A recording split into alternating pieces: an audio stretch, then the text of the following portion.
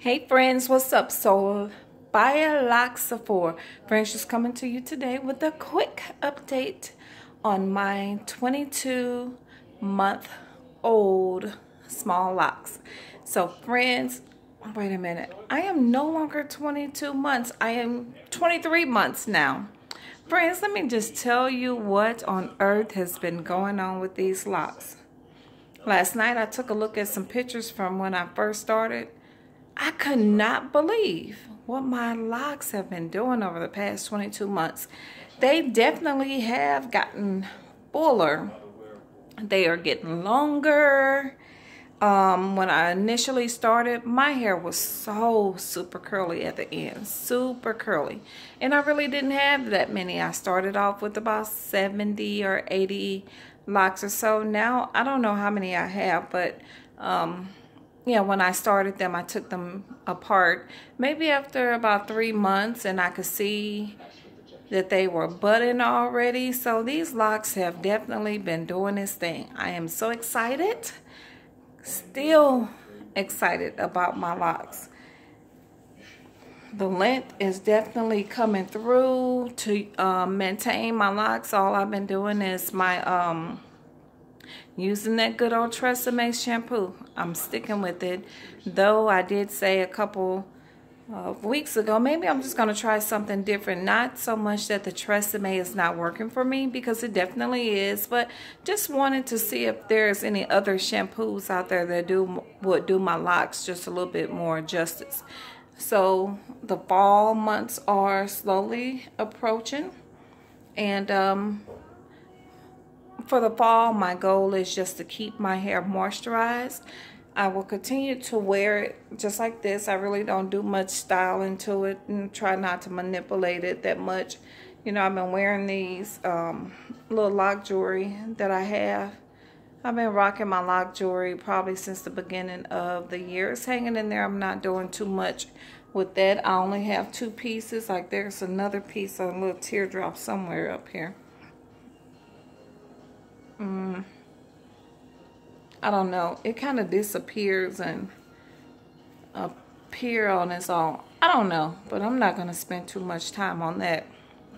I've been using this 10-in-1 coconut oil moisturizer that I found in TJ Maxx, $5.99. It really does my locks a lot of justice. It also helps with the itching back here on my stress spot. So normally I would like spray it all around the perimeter and just kind of rub it in a little bit. One thing I found is that putting oils directly on my scalp is a no-no for me. That oil burns my scalp. A couple of weeks ago, I put the oil directly on my hair when I retwisted it. I really didn't care for it. Maybe the following week I just had to get up and wash all of that out. So now how I apply the oil is just that I'll spray it. Well, I mix it first with some water just to moisturize my hair a little bit, just to wet it a little bit. And then I just go ahead and massage it all into my scalp. So retwist. I am retwisting my hair maybe once a month. I do not really mind the fuzzy look nor the new growth. I'm okay with that. I've just been trying to maintain in my locks where the hair is actually growing away from my locks. So I will twist that back in there because it causes the appearance of thinning, and I don't like that. So some of my locks is kind of thin right up in here, and that's primarily because the hair grows away from the locks, but I do try to put it back in there, kind of, you know, just make sure I incorporate all those loose hairs at the base within that lock. The buds are doing just fine. The majority of them are sealed. I had a lot of little raggly balls on them. Some I left off, but I did pop about 3 or 4 of those balls off. I can't really stand that. So if there was something that I can do different, with my locks, I would have just left them alone versus unconnecting the 2 strands. I would have left them the size that they were, because I know that they would have been a lot thicker. So because I did take the two strands apart and just combine them from like a twist out. Some of my locks were thin, so I combined them, but this is one of them. I sewed it together with some black thread, and once it locked together, I pulled that thread back out.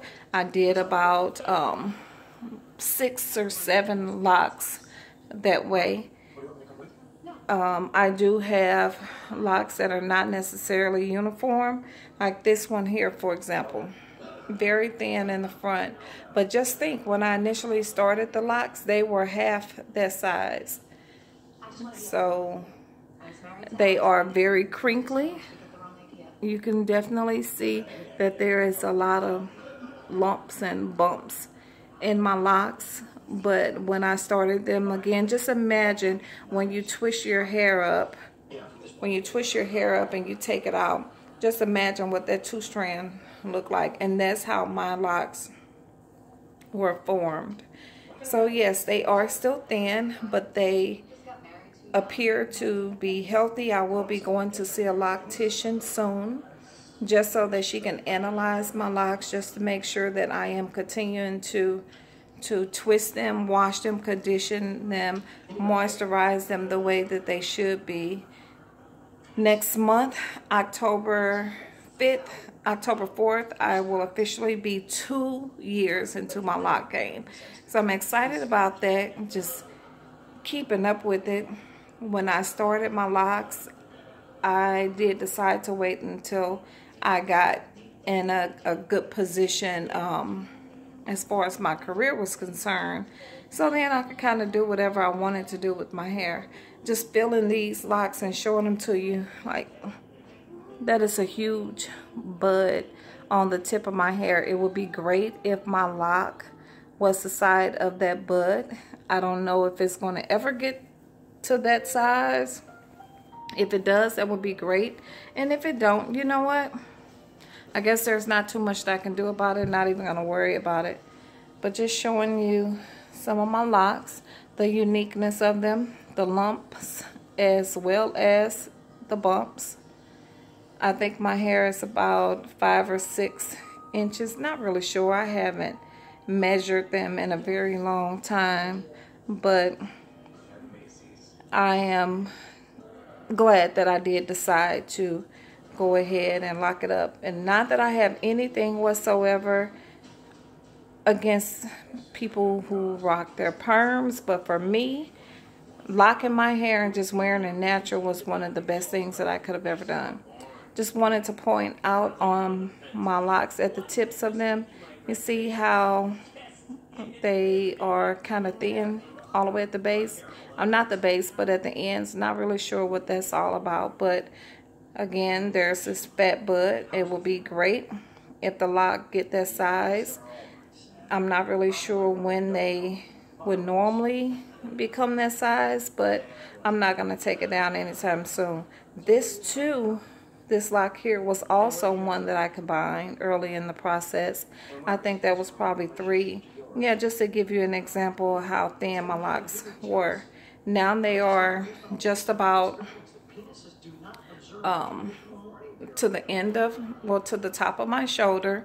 They do reach the top of my back without any pulling or any manipulation whatsoever.